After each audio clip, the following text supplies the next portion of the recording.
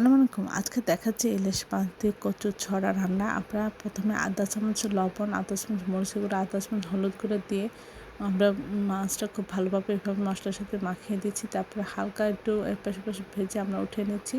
তারপর আপনি তেলের মধ্যে পেঁয়াজ কাঁচামরিচ দিয়ে আধা চামচ আদা বাটা, আধা চামচ রসুন বাটা দিচ্ছি। তারপর আধা চামচ লবণ, আধা চামচ হলুদ গুঁড়া, 1 চামচ ধনিয়া গুঁড়া সব কিছু দিয়ে আমরা খুব ভালোভাবে কষিয়ে নিচ্ছি মশলাটা। তারপরে কচুটা দিয়ে কষিয়ে নিচ্ছি। কষানো হয়ে গেলে আমরা পরিমাণ মতো ঝোল দিব। তারপরে আমরা এটি রান্না করব।